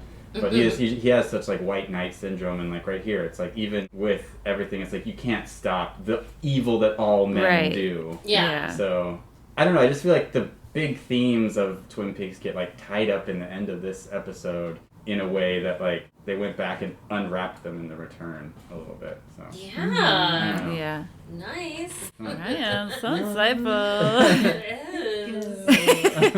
Good. Wow, there's a lot there. Watching it this time, I just saw a lot of themes in The Return. I feel like we're pulled from this episode. Yeah, and it really isn't their job to stop the evil Exactly. as much as it is like their Right. job to Right. clean up the messes made by the evil. Exactly. Yeah. And you can't. That's the Yeah. thing. Is like it's impossible. Okay, well that is a good way to end that episode. Motifs. Definitely high shots and low shots. Oh my Yes, gosh. weird shots. Oh, That's seesaw. Tim Hunter trying to make high shots and low shots happen. I mean, crazy. Goodness. It is funny that James gives Donna a ring, since the thing is about Coop getting his ring back, Oh, there's you a know. thing about rings. Yeah. A perfect golden circle. Right. Head damage. Head Yeah. trauma. Head trauma. Yes. Oh my god. You could really see on the DVD we watched tonight the like smash head effect on Ray Wise. Yeah. When he pulls away from the window, or they shut the door, and you can see like hair Yeah, it's hanging like- from the door. Like, ugh. Pretty gnarly. And he's got like flaps of skin kind of hanging down too. Like they really went for it on that. Pretty gross. I guess you have to believe that slamming your head against the door would kill a person, so that's how you do it. Yeah. It's like, oh, I can see your brain a little bit maybe, so Right. I believe Yeah. it.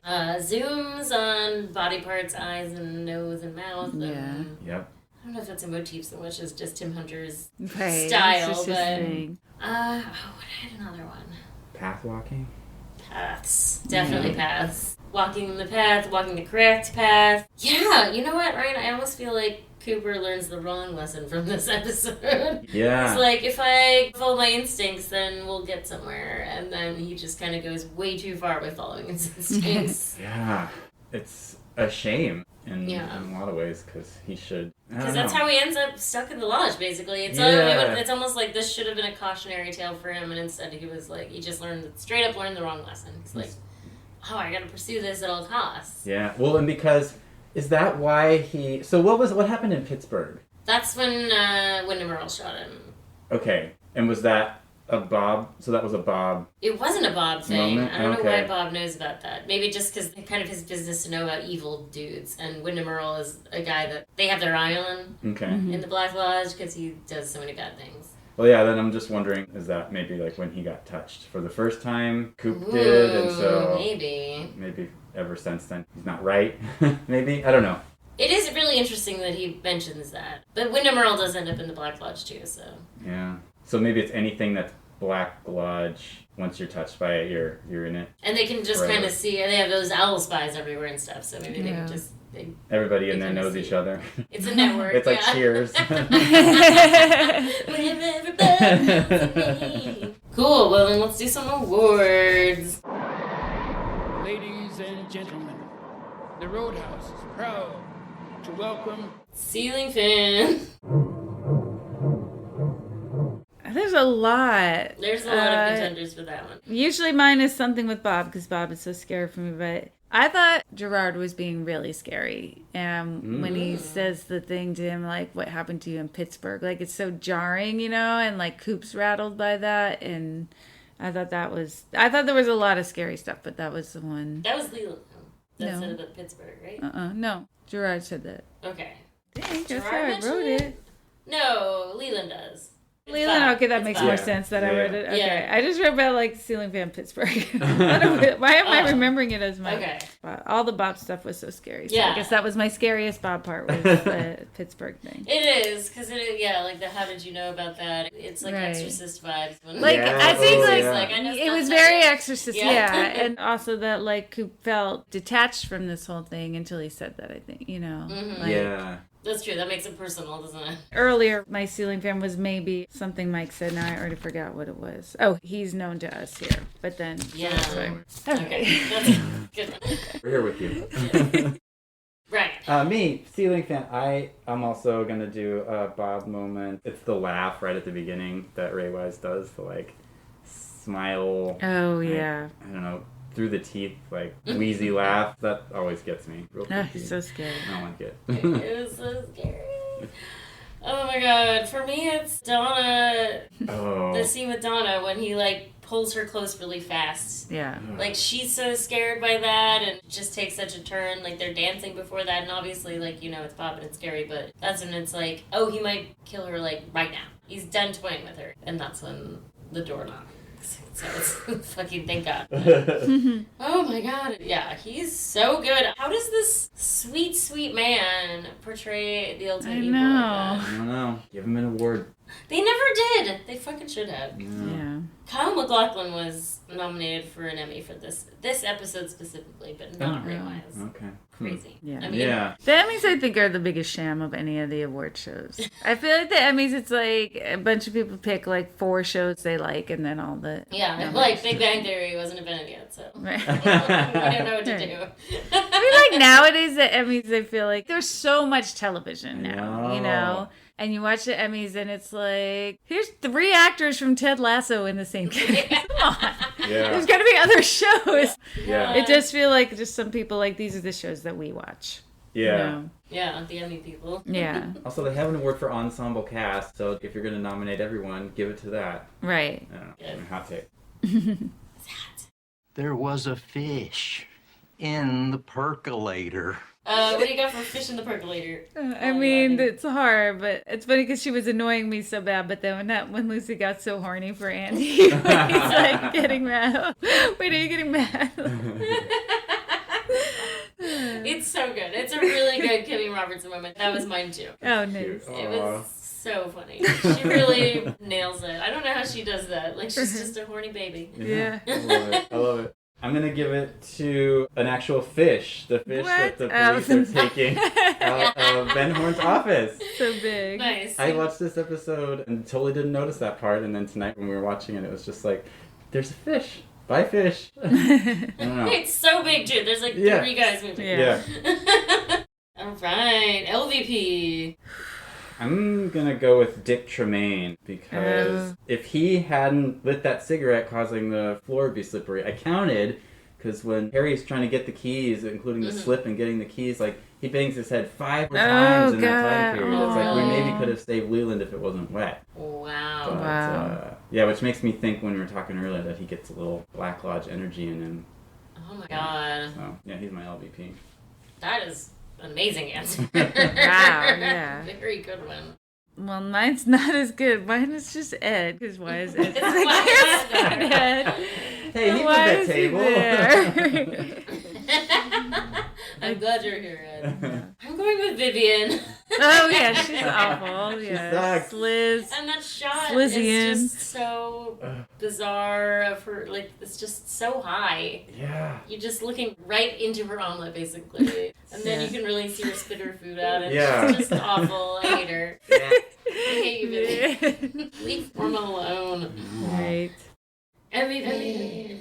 I think I want to give it to Albert for I love just him. nailing it on the head with what Bob is. It's funny when you said like that they maybe tried that in different characters' mouths. I think Albert's a good one to put it in the mouth of because he's not necessarily a character that people listen to like intently, so he can sort of like toss that off in there like it might still be a mystery for people, but if you're paying attention, it'll stick with you. I don't know. Yeah. I also just like that it's like, thank you for naming it a little bit. Right. It's the TLDR of Twin Peaks. Yeah. Yeah, good old Albert. My MVP is Laura. I know you love when it's Laura for a few reasons, but one that like her diary entry really helped them figure out what was going on. And then just all of it, that she knew she was going to die and she would die before she'd let Bob in. I thought she was a real champ, you know. I like any episode that feels like it sort of like celebrates Laurie. And when Leland's dying, we find out that like, oh yeah, he tried and she fought back. She was Right. That in a way like she won the battle against Bob. Yeah. Or like she sacrificed herself for it. Her diary led us in this direction and then, you know, it's like who she was. Yeah. I know. Well, now I don't know what to do. Oh no. I thought you were also going to pick Laura. Well, who were you going to say before I said Laura? I mean, I don't want to be boring and say Ray Wise again. Well, that's a good nothing one. wrong with that. Oh my god. I think we all picked him the last episode. I feel like we've picked him a bunch of times. Well, but he isn't every. Yes. Yes. All right. Well, I will stick with it then. I'm gonna stick with it because it's hard because like he is so evil. Bob is so super fucking evil, but it is so tragic to hear the whole story of like I let him in as a little boy. He made me do things. Like he came in a dream. He was like, "Do you want to play?" And it's like a horror movie. Like that's just like he's like describing a whole horror movie. Totally. Right, and then also what hit me, I think the first one I watched it the other day, when he's telling that story, he came inside me, he made me do things. Those are all like words you hear about women who survived like childhood abuse, kind of, you know, like it just. Or even men who. Yeah, I mean, I guess it's just like more often that it's women. Yeah, totally. It definitely has a ring of like when I was at my grandpa's summer home and there was a guy next door. Yes, and he came into my room at night. Yeah. Oof. And that is like a whole thing too about perpetuating abuse. People who are abused perpetuate abuse. Oh, absolutely. Yeah. All right. I feel good about Ray Wise then. Like he must have really thought about all that stuff when he was. I know he prepared so hard for that. It paid out, right? I mean, it is amazing that it's like we feel so bad for Leland, and that just speaks to how well Ray Wise sells this. Yeah, and if you think about it, Bob's the one who says, you know, watch when I leave, I'm going to pull the ripcord and he's going to realize everything. Does Leland know what you've done? Leland's a babe in the woods with a large hole where his conscience used to be. And when I go, children, I will pull that ripcord. And you watch, Leland, remember, watch him. You don't want to oversell that as an actor because that means like, oh, I'm going to have to like sell that moment. But he does both. He's like, just you wait for this awesome thing I'm going to do. And then he does it. Right.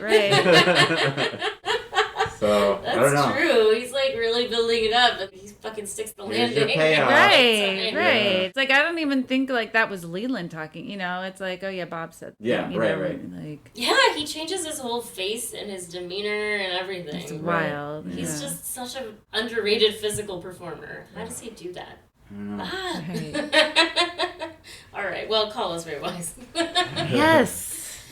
We should try and get Ray West. Maybe. You know. Oh, maybe he'll want to just have an interview or something. Yeah, maybe we'll Yeah. do a I Zoom. mean, what's he got going on? Yeah. I'm sure he's not busy. But for real, he's probably not, you know. Be retired at this point. Wouldn't hurt. I know he's on he's done lots of network shows and stuff. All right, well, Ryan, thank you for coming. Oh, yeah, thanks, Ryan. You really brought some insightful as fuck nuggets, so thank you so much. Oh, yeah, I didn't even know I had them in me. It just like comes right out. I think you figured it out in me. So. Do you have anything you want to plug? Yeah, I mean, X-rated movies, go back, check it out. One day it might come back. I don't know. We can make our own rules. I think it will, yeah. But we've got 200 episodes plus bonus stuff, so, you know. Lots of gems in there. Lots to go listen to. There's a lot of movies that have come out in like the last 9 months that I really want to cover, so I don't know. That bug might bite me again. Yeah, it's starting to feel the urge. Yeah. But yeah, lots of back catalog that is outstanding. Oh. Pretty much pick an episode, you're going to enjoy it. If you enjoyed this episode of Really Weird Stuff, please take a minute to give us 5 stars on your preferred podcast app, especially Apple and Spotify. If you did not enjoy this episode, no further action is necessary. Follow us on Instagram at Really Weird Stuff Pod, on Blue Sky at Really Weird Stuff, on our website reallyweird.stuffpod.com, and on YouTube at Really Weird Stuff Pod. Really Weird Stuff, a Twin Peaks podcast, is hosted by Baxter and Amy Green. Music by Angelo Badalamenti, Julie Cruz, and Baxter Brugos. Produced and edited by Divine Betty Media. Thank you for listening. One day the sadness will end.